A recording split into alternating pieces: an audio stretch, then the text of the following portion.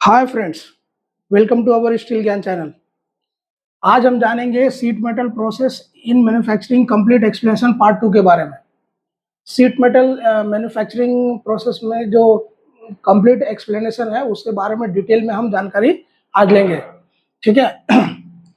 तो sheet metal जो manufacturing होता है उसमें शीट मेटल जो मैन्युफैक्चरिंग कंपोनेंट में क्या-क्या मटेरियल यूज होता है उसके बारे में हम जानेंगे। तो कॉमन मटेरियल जो यूज होता है उसमें होता है माइल्ड स्टील। माइल्ड स्टील होता है, स्टेनलेस स्टील होता है और गैल्वेनाइज्ड स्टील होता है। गैल्वेनाइज्ड आयरन स्टील होता है, एल्युमिनियम, कॉपर, ब्रास इस टाइप के मटेरियल्स यूज होते हैं शीट मेटल के अंदर में। अब हम जानेंगे कि उसमें उसका जो प्रोसेस फ्लो होता है वो कैसा होता है।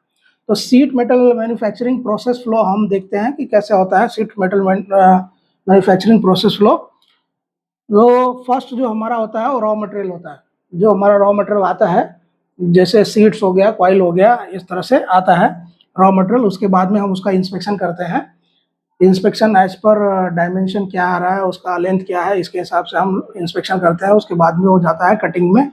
कटिंग के बाद में उसका नेक्स्ट प्रोसेस जो होता है ब्लैंकिंग। ब्लैंकिंग के अंदर जो है हम एज पर कस्टमर रिक्वायरमेंट, जो एज पर प्रोडक्ट रिक्वायरमेंट है उसके हिसाब से हम मटेरियल को कट करते हैं। उसके बाद में जाता है पंचिंग में, जहाँ पे हम डाई के सहारे होल और पंच उस सीट के अंदर करते हैं। उसके बाद में जाता है बेंडिंग में।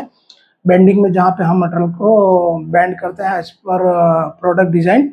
उसके बाद जो जाता है वो फॉर्मिंग में जाता है, जहाँ पे हम मटेरियल को फॉर्मिंग प्रोसेस में डालते हैं। उसके बाद में डीप ड्राइंग में जाता है। डीप ड्राइंग के बाद में आता है वेल्डिंग एंड असेंबली। जो भी जहाँ भी हमको वेल्डिंग यूज़ करना रहता है वहाँ पे हम वेल्डिंग यूज़ करते हैं। उसके बाद में सरफेस ट्रीटमेंट होता है उसका, जो ये जो सरफेस ट्रीटमेंट होता है जो प्रोडक्ट का होता है उसके ऊपर हम सरफेस ट्रीटमेंट करते हैं, जिससे कि एंटी रस्ट कोटिंग इस टाइप का कोटिंग्स वगैरह यूज़ करते हैं, जिससे कि वो प्रोडक्ट में ये ना हो, सरफेस जो है क्वालिटी अच्छा है। उसके बाद में फाइनल इंस्पेक्शन होता है। उसके बाद में जाता है पैकिंग में।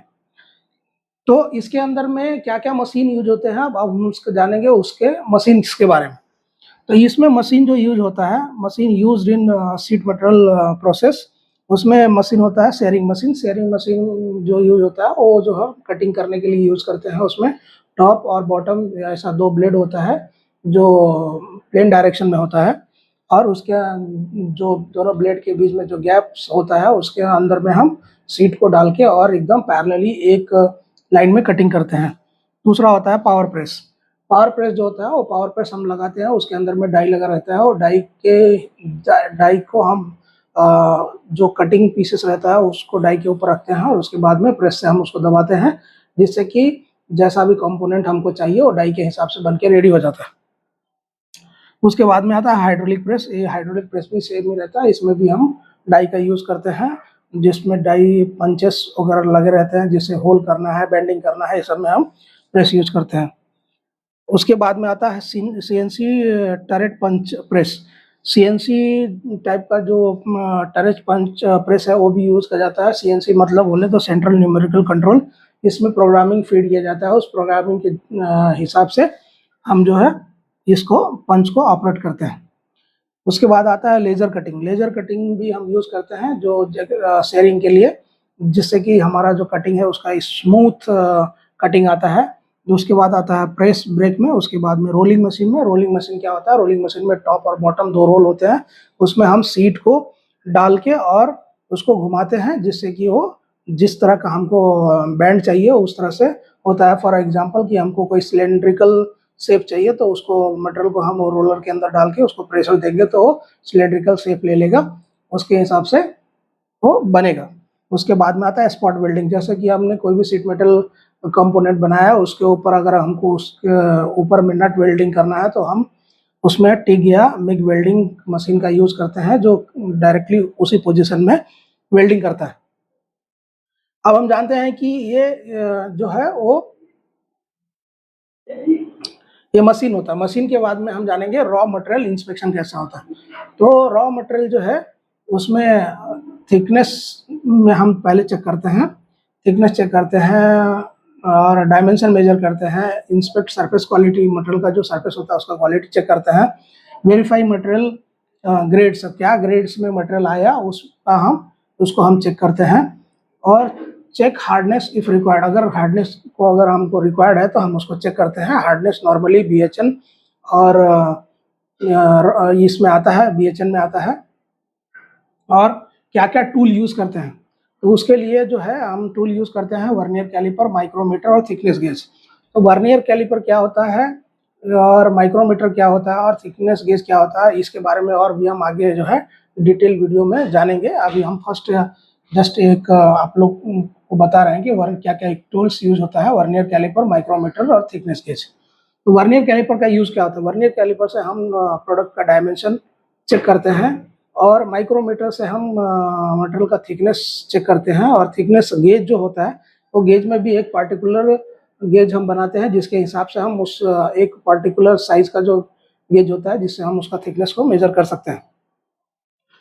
अभी हम बात करेंगे कि वो जो कंपोनेंट्स बनता है वो कहाँ यूज होता है, उसके बारे में हम जानेंगे। तो जो उसका इंडस्ट्रियल एप्लीकेशन होता है उसके बारे में हम जानेंगे कि क्या क्या इंडस्ट्रियल एप्लीकेशन होता है।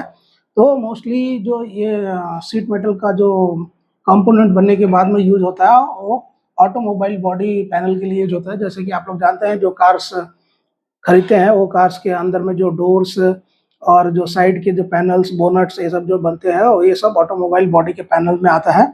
एयरक्राफ्ट कंपोनेंट में भी जो भी शीट मेटल से रिलेटेड कंपोनेंट्स होते हैं उसको बनाया जाता है और उसको एयरक्राफ्ट के अंदर यूज किया जाता है।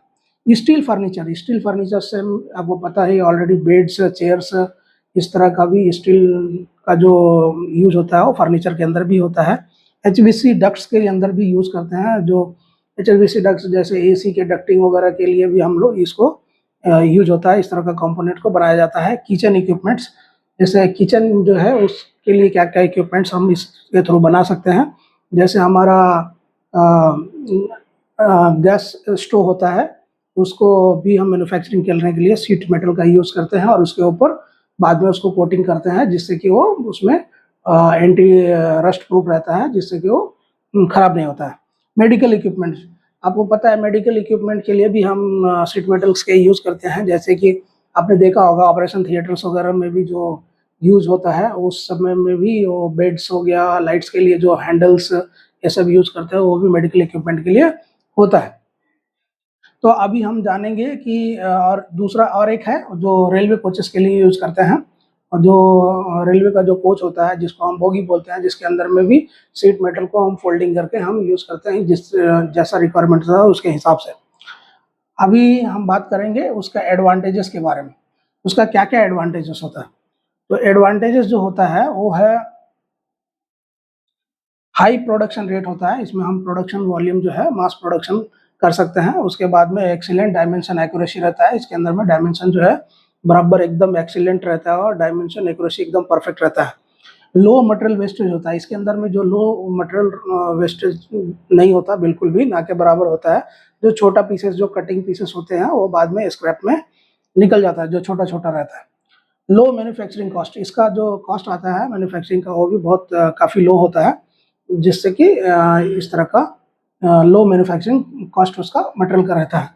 तो आज हमने जो जाना है वो sheet metal processing mechanical engineering के बारे में जाना है। आप मेरे चैनल को सब्सक्राइब कर लीजिएगा जिससे कि इस तरह का इन्फॉर्मेटिव वीडियो आपको हमेशा मिलता रहे, और मैं हमेशा जो है इस तरह का टेक्निकल वीडियोस बनाते रहता हूँ। और आपको किस टॉपिक पे वीडियो चाहिए आप कमेंट कर दीजिएगा वीडियो में, ताकि मैं उस टॉपिक का वीडियो आपको बना सकूँ। आगे भी जो है हमारा जो आएगा वो क्वेश्चन और आंसर्स के बारे में भी हम आपको बताएंगे, जिससे कि आपका इंटरव्यू में भी आपको ईजिली आप क्वालिफाई कर पाए और बढ़िया जॉब आप ले सकें। Okay, thank you for watching.